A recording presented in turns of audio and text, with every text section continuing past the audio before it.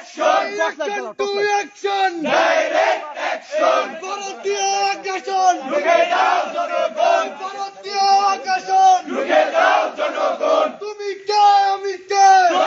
আমার বাইরে শহীদ করে প্রশাসন কি করে? প্রশাসন কি করে আমার বাইরে শহীদ করে! আমার বাইরে শহীদ করে প্রশাসন কি করে? আমার বাইরে শহীদ করে প্রশাসন কি করে? প্রশাসন কি করে আমার বাইরে শহীদ করে! তুমি কে আমি কে শহীদ হাদি শহীদ হাদি! তুমি কে আমি কে শহীদ হাদি শহীদ হাদি! ইনকিলাব ইনকিলাব জিন্দাবাদ জিন্দাবাদ! জিন্দাবাদ জিন্দাবাদ ইনকিলাব ইনকিলাব! দিল্লি না ঢাকা ঢাকা ঢাকা!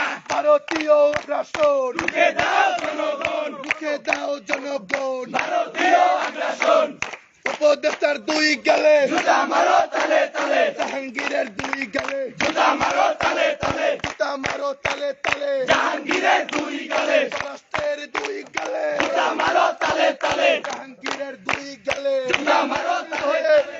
নিজেদেরকে বিপ্লবী রূপে দেখিয়েছেন আপনাদের প্রতি সর্বদলীয় ঐক্যের পক্ষ থেকে আন্তরিক কৃতজ্ঞতা এবং অভিনন্দন জানাচ্ছে।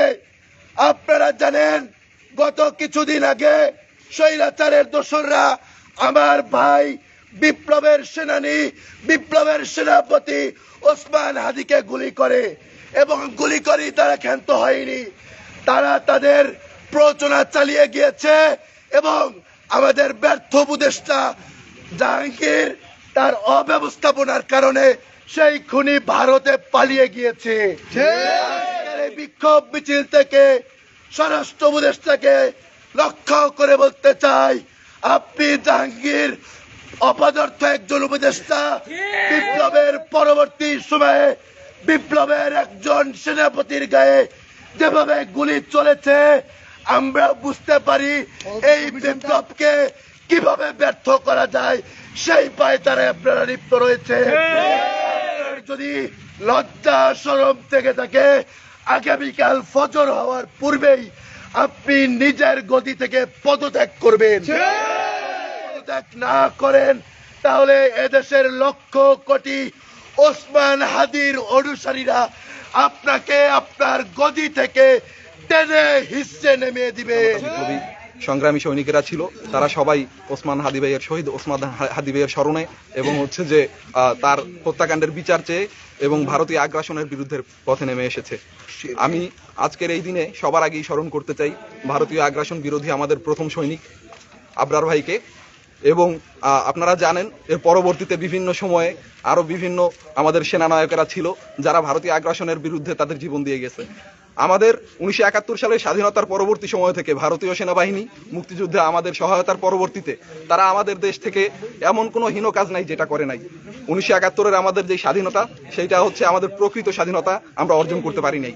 এরপরে আমরা পাকিস্তানের কবল থেকে বের হয়ে আবার ভারতীয় একটা আগ্রাসনের মধ্যে আমরা পতিত হয়েছি এবং 24-এর যে আমাদের আন্দোলন সেই আন্দোলনের মাধ্যমে আমরা যে হাসিনা আমাদের এই দেশে যে ভারতীয় যে এজেন্ট ছিল যার মাধ্যমে যেই সেবাদাসী ছিল দিল্লির, যার মাধ্যমে বাংলাদেশের জনগণকে ভারত শোষণ করে চলেছে এবং তার সেই হাসিনার পদত্যাগের মাধ্যমে সেই হাসিনার পলায়নের মাধ্যমে আমরা আমাদের যেই প্রকৃত স্বাধীনতা সেইটা আমরা অর্জন করেছিলাম। কিন্তু আমরা এর পরবর্তীতে আমরা দেখেছি আওয়ামী যেই গুন্ডারা, আওয়ামী দালালেরা, বিভিন্ন সুশীলরা এরা বিভিন্নভাবে ভারতীয় যে পারপাস সেটা সার্ভ করে যাওয়ার চেষ্টা করছে। আপনারা জানেন যে শহীদ আমাদের যে ওসমান হাদি ভাই তিনি কয়েকদিন যাবৎ মাথায় গুলি নিয়ে মৃত্যুর সাথে পাঞ্জাল লড়ে আজ শেষ নিঃশ্বাস ত্যাগ করেছেন। আল্লাহ তাআলা তাকে শহীদ মৃত্যু হিসেবে তাকে বরণ করুন এবং তাকে জান্নাতুল ফেরদাউস নসিব করুন। এবং আমরা আমাদের যেই আওয়ামী যেই সন্ত্রাসী রয়েছে, যে ভারতীয় দালালেরা রয়েছে তাদের বিরুদ্ধে আমরা বলতে চাই এক হাদিকে শহীদ করে আপনারা এই দেশের ছাত্র জনতাকে, এই দেশের সচেতন জনতাকে আপনারা নিশ্চুপ করতে পারবেন না। এই দেশের এক হাদি আপনারা শহীদ করবেন, লক্ষ লক্ষ হাদি জন্ম দেবে। আপনারা এক হাদি শহীদ করেছেন, আজকে এইখানে যত ছাত্র জনতা রয়েছে প্রত্যেকে হাদি হয়ে জন্ম নেবে। এবং সর্বশেষে আমি বলতে চাই যে ওসমান হাদি আমাদের একটি জাতীয় সম্পদ ছিল এবং এটাকে নিয়ে বিভিন্ন দল অপরাজনীতি করার চেষ্টা করবেন, আমি সেই অপরাজনীতির চেষ্টার ঘৃণা এবং হচ্ছে যে তীব্র নিন্দা ব্যক্ত করে যাচ্ছি। আমরা দেখেছি এটা থেকে আমাদের পটুয়াখালী 3 থেকে কেউ রাজনীতির ফায়দা নেওয়ার চেষ্টা করেছেন। আমি বৈষম্য বিরোধী ছাত্র আন্দোলন বরিশাল বিশ্ববিদ্যালয়ের আহ্বায়ক হিসেবে এখানে এর তীব্র নিন্দা জ্ঞাপন করে যাচ্ছি। আল্লাহ তাআলা কোরআনে বলেছে, শহীদদের তোমরা মৃত বলো না। আমরা বলতে চাই, হাদি ভাই মরে নাই, হাদি ভাই মরে নাই, হাদি ভাই মরে নাই। ঠিক, হাদি ভাইয়ের রক্ত ভারতীয় আধিপত্যবাদের বিরুদ্ধে লেলিহান শিখা হয়ে ভারতীয় আধিপত্যবাদকে জ্বালিয়ে পুড়িয়ে শেষ করে দিবে। সংগ্রামী উপস্থিতি, আমরা স্বরাষ্ট্র উপদেষ্টার উদ্দেশ্যে বার্তা দিতে চাই, আপনার যদি মিনিমাম লজ্জা শরম থাকে, আগামীকাল ফজরের আগে আপনি পদত্যাগ করুন। একই সাথে হাদি ভাই যেই স্বপ্ন নিয়ে ইনকলাব মঞ্চ গড়েছিল ভারতীয় আধিপত্যবাদের বিরুদ্ধে, আমাদের সেই সংগ্রাম অব্যাহত থাকবে ইনশাআল্লাহ।